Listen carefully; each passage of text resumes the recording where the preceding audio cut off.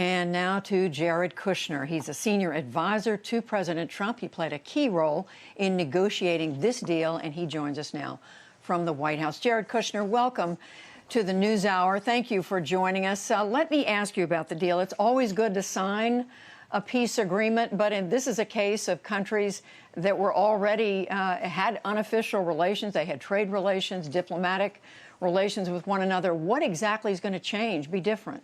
Well, first of all, Judy, it's great to be with you, but they did not have trade relations or diplomat relations. Actually, just 2 weeks ago, the United Arab Emirates waived a boycott provision that they had that was ongoing for 48 years of Israel, and Saudi Arabia just opened their airspace to allow the first commercial flight ever to fly from Israel to United Arab Emirates. I was on that flight.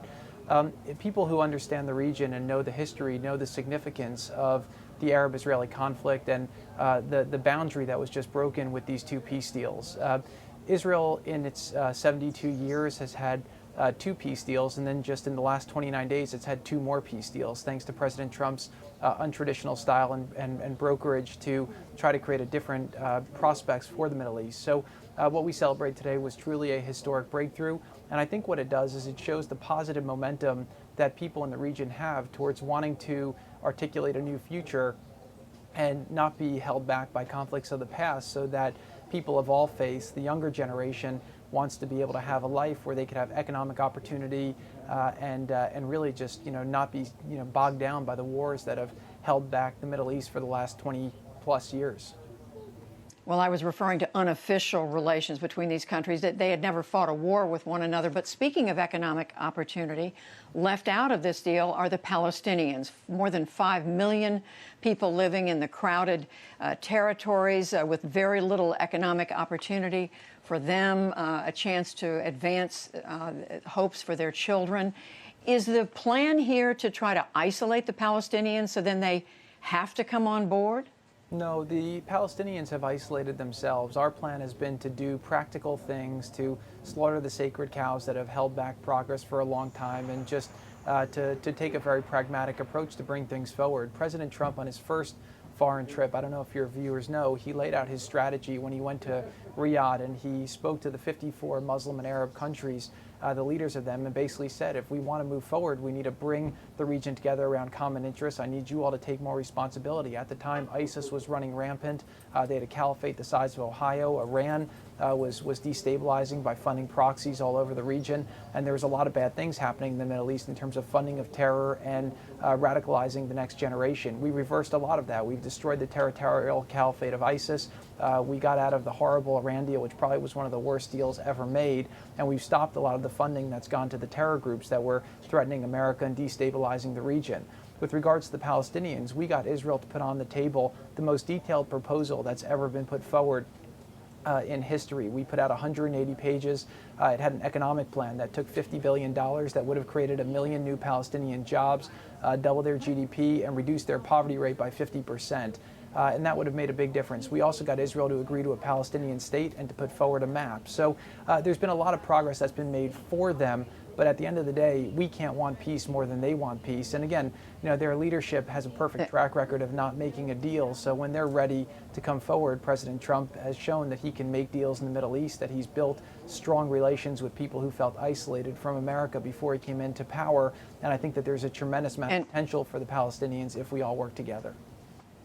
But as we know, at this point, they oppose this deal. They have said that it feels like to them a betrayal. Jared Kushner, there's so much to ask you about. I do want to ask you about the coronavirus, the pandemic. You and the president have, in essence, suggested the president's done a masterful job. But as all of us know, 195,000 Americans have died as of last Friday. There were 1,000 people a day dying in this country. How is that a masterful job? So first of all, to go back to the last thing you said before we got to the virus, in negotiations, everyone's at no until they're at yes. And I think that what you're seeing is a lot of posturing in the region. And again, President Trump has taken on a challenge in the Middle East that very few people were willing to take on. And that's resulted in us having the ability to pull troops home, have less threat of terror in our country, and spend less money in the Middle East and more money here at home rebuilding our country. And so that's what the significance of today's event at the White House was. With regards to the coronavirus, Obviously, this is an unprecedented pandemic. It's impacted, I guess, 180 countries around the world. President Trump jumped into action very early on. We got all the governors the supplies they needed. You heard a lot of hysteria up front that states would need 40,000 ventilators, that we were going to be short of supplies on the front lines of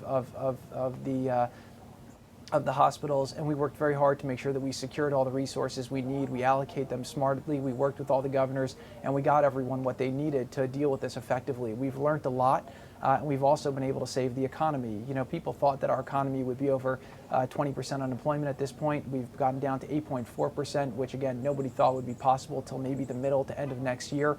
So the economy's coming back well. We've developed a vaccine and therapeutics. A vaccine, we have 3 vaccines right now in phase 4 trials. The fastest vaccine ever to a phase 3 trial was 13 months. We've done 2 of them in 4 months and 1 in 5 months, and those hopefully will prove efficacy. And we can go with regards to testing. We lead the world in testing. We have over 100 million tests to perform this week.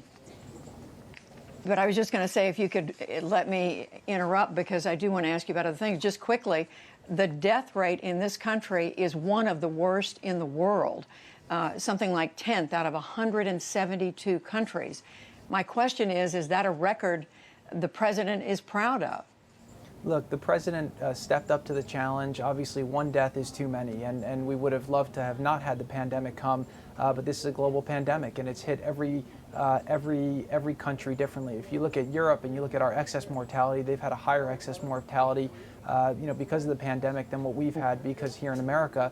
But again, we have some states that have done better than others. We've worked with the governors, and we've done our best to try to make sure that we get everyone the resources they need, which is the job of the federal government. So again, I think that we've taken. You talked about the death rate. I think right now we're down to about 740 people a day. That was at 2,200 at the peak a couple months ago. Again, one death is too many, but we're doing our best to make sure that we can identify cases. We've done a lot to get tests and supplies to the nursing homes, because that's how we've driven the death rate down, by really trying to secure the nursing homes, which is something that was not done by governors in the early states. Well, I would just say that the record from most European countries is far better than that of the United States, certainly in Germany and other countries. But I do want to ask you about the election. But again, the president has said we have some states that are doing better than other states. And again, like you could compare Florida to New York. And again, you have to look at us comparatively in terms of how that all works. So again, it's not constructive at this point, I believe, in a global pandemic to be cherry-picking data to try to fight back. I think we have to look at the efforts that have been made. We've responded to a lot of these challenges. Just go ahead. Well, I'm looking at the data that everyone looks at. I'm not cherry-picking, but very quickly, the president has said on occasion in the past that he'd have to see if he accepted the results of the election. As we know, there's an official of the Department of Health and Human Services, Michael Caputo, who in the last few days, he's very close to the president, said that the American people should be prepared to take up arms if President Trump loses. Do you and the president share the view that this grave view that if the president loses, people should take up arms? Right. So I believe he's apologized for those comments. I just saw that on the news coming in. But look, in the last election, the president was asked if he would accept the results, and the other side, ridiculed him for saying that he'd have to see. And then he accepted the results when it was done, and the other side didn't, and then spent years creating this false Russian hoax that they basically, were saying that we colluded with Russia in an election, and that was investigated for 2 years and was totally disproven. At the end of the day, the American people are going to look at the track record of the president, and at the end, and he delivers results. Again, today we're on here talking about a historic Middle East peace deal. For 3.5 years, I've been ridiculed by the media and by all of the experts in Washington who said we were doing it the wrong way, we weren't the right people to be doing it, but we then achieved today what those experts didn't do. And so, President Trump has taken unconventional approaches to a lot of things, but he achieves results, and the people who voted for him know exactly what they were getting, and they couldn't be more thrilled. And what I would say to the people who didn't vote for him, a lot of the people who were who are saying the same things now are the people who were basically saying that if President Trump was elected, we'd have World War III. And again, today we signed 2 peace deals in the Middle East. Well, and we are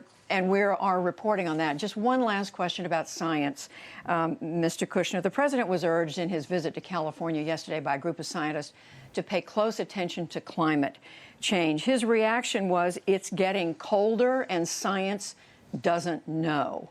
In effect, rebuking the scientists.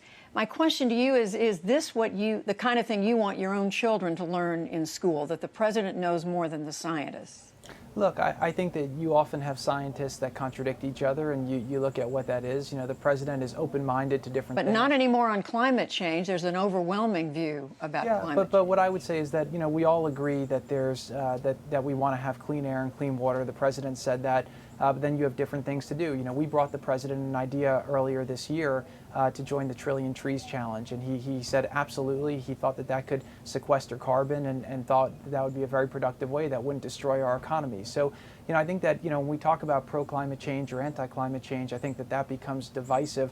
I think that what we have to do is put our effort towards solutions. What are we going to be doing to make sure that we can optimize for the right calibration between making sure that we have clean air and clean water, which the president supports, but also not doing radical things that will destroy our industry and make us less globally competitive. You looked at the last administration, they did the Paris Climate Deal, which basically had huge restrictions on American business while it had no restrictions on China and Russia and a lot of the worst polluters in the world. So it basically whitewashed. But you agree that you agree with the president that science doesn't know when it comes to something like this? Look, the president will speak for himself. I work for the president. My job is that when he gives me a task to try to work on, I try to come up with the most constructive ways to do it. We look at the data here in the White House, but what I will tell you is the president's a very open-minded person. One thing I brought him early on is I brought him prison reform and criminal justice reform. The president, being a businessman, had no experience with that topic, but when I showed him that people leaving prison were more apt to commit crimes because they didn't have the training and didn't have the family structures, and now they had a criminal record, he says, let's do it, let's fix it. And we passed landmark criminal justice reform that Washington couldn't get done for decades. And so President Trump is a pragmatist. He's open-minded. If you show him data on things, you know, and you show him constructive solutions, we could do it. But I just think that we all agree we want clean air and clean water. President Trump's been very clear on that. But at the end of the day, if you come with constructive solutions for him as to how to do it, he gets things done, and he'll be very happy to engage to push things forward. Nobody likes the forest fires that we're seeing, and I think it would be great if we can make sure that we're working together to prevent them in the future. And in the short term, our focus on providing aid to California and making sure that we're helping them do everything possible to make sure we can preserve life and keep the area as safe as possible.